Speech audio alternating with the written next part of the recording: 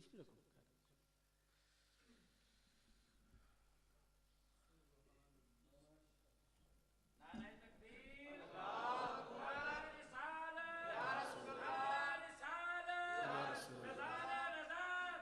رہے گا انشاءاللہ.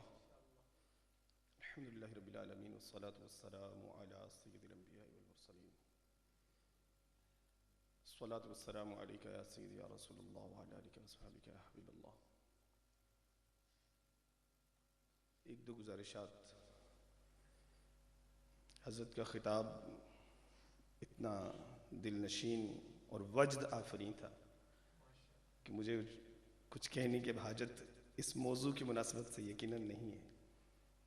لیکن اگر دوسری طرف دیکھا جائے تو کسی نے بڑی خوبصورت اور جامع بات کہی ہے کہ سید اعلیٰ حضرت کو اللہ تبارک و تعالیٰ نے جس مقام و مرتبے سے، جس عظمت و شان سے، جس شوکت و سطوت سے نوازا ہے، ایک اور اعلیٰ حضرت ہوں تو پھر وہ ہمیں بتا سکتے ہیں کہ اعلیٰ حضرت کیا تھے. چھوٹی سی بات ہے. اعلیٰ حضرت کو جاننے کے لیے ایک اور اعلیٰ حضرت ہونے چاہیے. یقین مانیے کہ ہم لوگ جو چند درسی کتابیں پڑھ کے ایک سند لے کے عامت الناس کی زبانوں سے علامہ، عالم، فاضل، فارغ التحصیل کہلانے والے لوگ ہیں، ہم برملا اس چیز کا اعتراف کرتے ہیں کہ ہمارے اندر اتنی بھی صلاحیت پیدا نہیں ہو پاتی کہ ہم صحیح اور درست طور پر صرف پوری کتاب پڑھنا تو درکنار ہے، سید اعلیٰ حضرت رحمۃ اللہ تعالی علیہ کی کتابوں کے نام ہی پڑھ سکیں.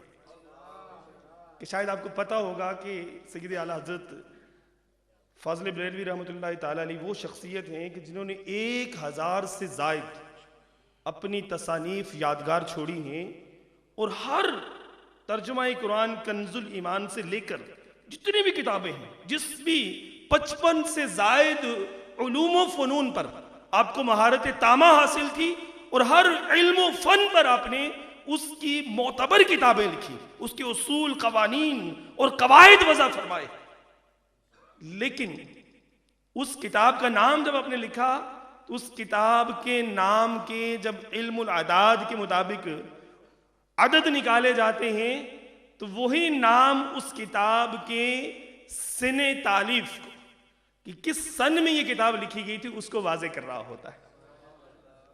تو آپ کی محبتوں اور ذوق کی نظر ایک بات کرتا چلا جاؤں کہ کنز الایمان سید اعلیٰ حضرت کا جو شہرۂ آفاق ترجمہ قرآن ہے، یہ سید اعلیٰ حضرت رحمۃ اللہ تعالی علیہ نے 1331 سنہ ہجری میں لکھا تھا. کنز الایمان کے آپ اعداد نکال کے جب جمع کریں گے نا تو 1331 بنے گا. اور یہ کون سا سن ہے؟ عیسوی نہیں، ہجری کیلنڈر. کون سا سن ہے جی؟ 1431.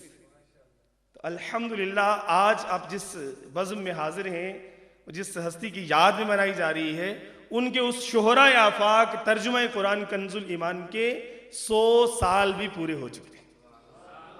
آپ اس اہم ترین، یادگار ترین موقع پر جمع ہیں.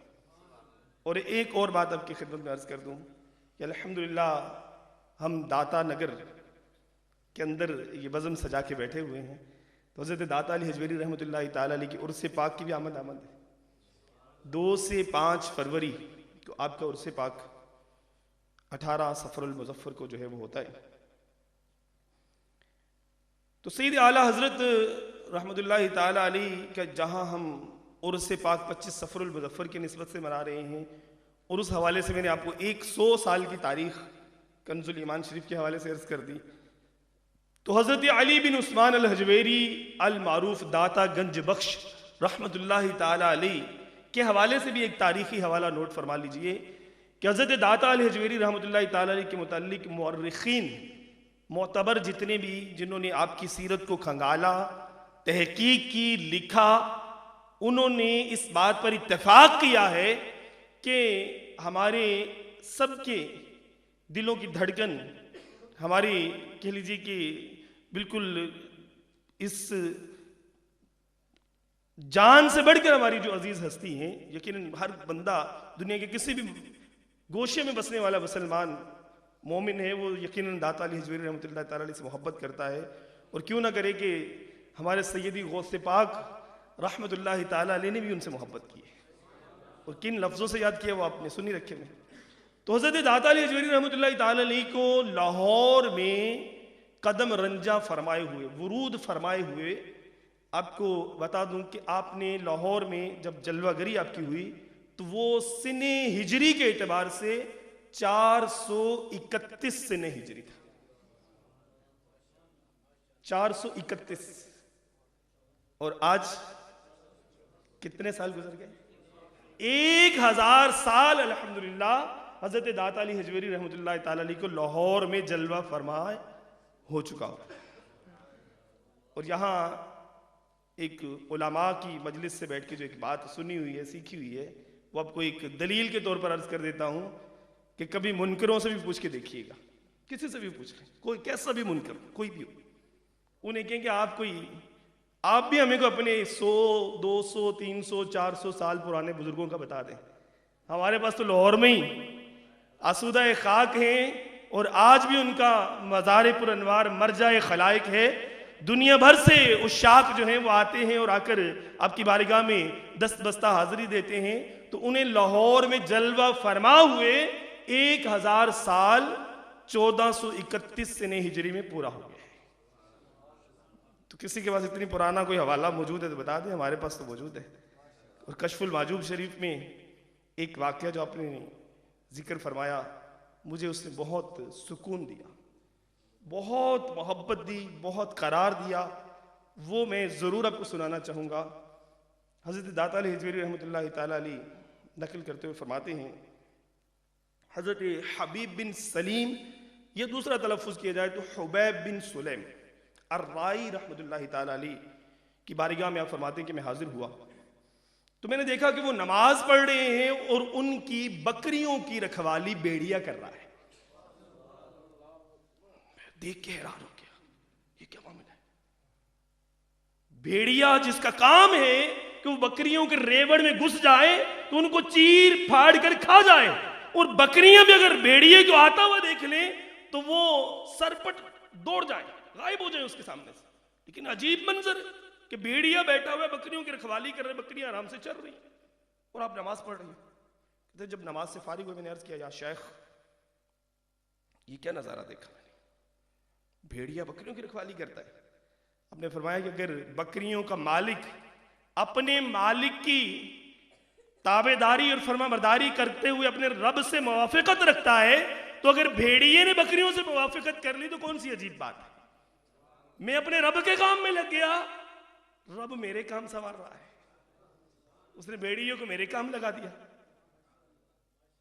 کہتے یہ بات ابھی ختم ہوئی، حضرت حبیب بن سلیم الرائی رحمۃ اللہ تعالی نے لکڑی کا پیالہ اٹھایا، ایک پتھر کے نیچے کر دیا، دودھ کا چشمہ جاری ہوا اور شہد کا چشمہ جاری ہوا، پیالہ لبریز ہو گیا، مجھے عطا فرما دیا۔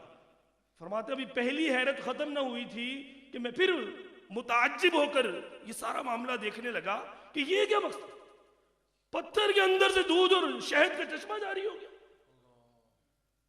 اللہ اکبر۔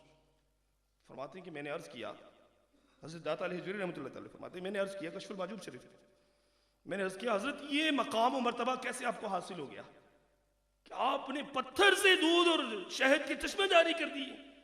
سبحان اللہ۔ تو جواب دیا حضرت حبیب بن سلیم الرائی رحمۃ اللہ تعالی علیہ نے، فرمانے لگے کہ کیا آپ نے قرآن حکیم فرقان مجید میں حضرت موسیٰ علیہ السلام کی قوم کا واقعہ نہیں پڑھ رکھا؟ وہ قوم جو آپ کے متبعین میں سے نہیں تھی، آپ کو طرح طرح کی اذیتیں دیتی تھی، آپ کی اتباع کرنے والی نہیں تھی، آپ کی سچے دل سے پیروی کرنے والی، آپ سے محبت رکھنے والی، آپ کی طریقوں سے محبت رکھنے والی، آپ کے پیچھے پیچھے چلنے والی نہیں تھی، آپ کی اطاعت نہیں کرتی تھی۔ اس قوم کے لیے سیدنا موسیٰ علیہ السلام نے جب پتھر پر اپنا عصا مارا تھا تو قرآن کہتا ہے فَانْفَجَرَتْ مِنْ حُسْنَةَ عَشَرَةٍ، تو اس میں سے 12 چشمے پھوٹ پڑے تھے۔ اگر میں ایک ادنا غلام اپنے پیارے پیارے آقا و مولا مدینہ کے سلطان رحمت عالمیان صلی اللہ تعالی علیہ وسلم کی پیروی کرنے والا، آپ کی سنتوں کو سینے سے لگانے والا، آپ کے رستے پر چلنے والا، آپ کے اداؤں کو ادا کرنے والا، آپ کے طریقے پر عمل کرنے والا، اگر اس پتھر میں سے دودھ اور شہد کا چشمہ جاری کر دوں تو یہ میرے آقا مولا مدینہ کے سلطان رحمت عالمیان صلی اللہ تعالی علیہ وسلم کی سنت پر عمل کرنے کا ایک ادنا سا ثمر ہے، یہ ایک ادنا سی جزا ہے کہ وہ اتباع نہ کریں تو ان کے لیے 12 چشمے جاری ہو جائیں۔ تو میں تو اپنے آقا کی اتباع کرتا ہوں، تو میرے لیے پتھروں سے دودھ اور شہد کی نہریں کیوں جاری نہ ہو جائیں؟ ایک پیغام تھا، ایک درس، ایک سبق جو حضرت داتا علی حجویری رحمۃ اللہ تعالی نے ہمیں دیا۔ اگر یہ چاہتے ہو کہ دنیا کی ساری دولتیں تمہارے قدموں پر ڈھیر کر دی جائیں، سارے دکھ تم سے رخ موڑ کے چلے جائیں، تو پھر اپنے آپ کو اپنے پیارے پیارے آقا و مولا صلی اللہ تعالی علیہ وسلم کے قدموں میں ڈال دو کہ اللہ تبارک و تعالیٰ نے ساری کائنات کے سارے خزانوں کی کنجیاں اپنے پیارے محبوب علیہ السلام کو عطا فرمائی اور مالک کر دیا ہے۔ تو جو دامن مصطفیٰ سے لپٹا وہ یگانہ ہو گیا، اور جس کے حضور ہو گئے اس کا زمانہ ہو گیا۔ وآخر دعوانا